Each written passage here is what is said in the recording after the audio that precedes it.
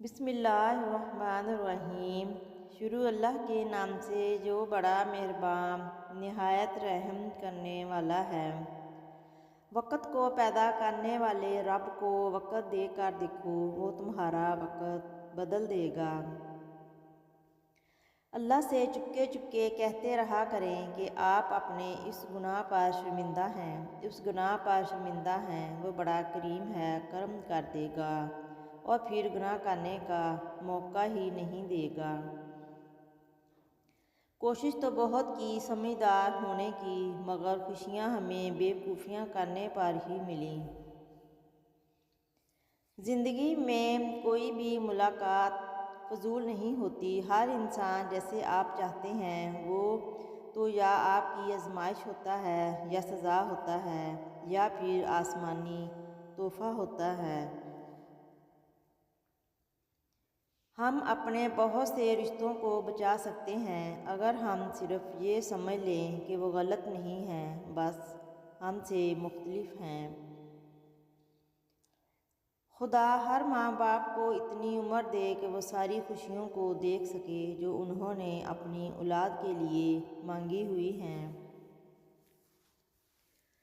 جس شخص نے دنیا میں شہرت کا لباس پہنا، ایسا لباس جسے پہن کر یہ شخص لوگوں کو اپنی طرف متوجہ کرنا اور اپنی برائی جتلانا چاہتا ہو، اللہ تعالیٰ قیامت کے دن اسے ذلت کا لباس پہنائے گا، پھر اس میں آگ بھڑکائے گا۔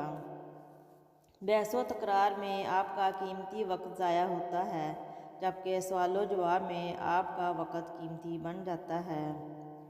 یہ آنسو بہتے رہنے چاہیے، من ہلکا و زرخیز رہتا ہے۔ یہ خشک ہو جائیں تو دل کی زمین بھی بنجر ہو جاتی ہے۔ یہ آنسو ہی ہماری آنکھ کا وضو ہوتے ہیں، سو آنکھوں کو پاک کرتے رہنا ہوگا، کفارہ ادا ہوتے رہنا ہوگا۔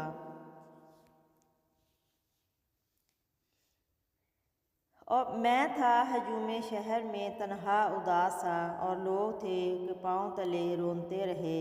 پھر یوں ہوا مل گیا جس کی تلاش تھی، پھر یوں ہوا کہ لوگ مجھے ڈھونڈتے رہے۔ پتہ ہے صبر کس کو کہتے ہیں؟ آنکھوں سے آنسو گر جائے پر زبان سے ناشکری کے الفاظ ادا نہ ہوں۔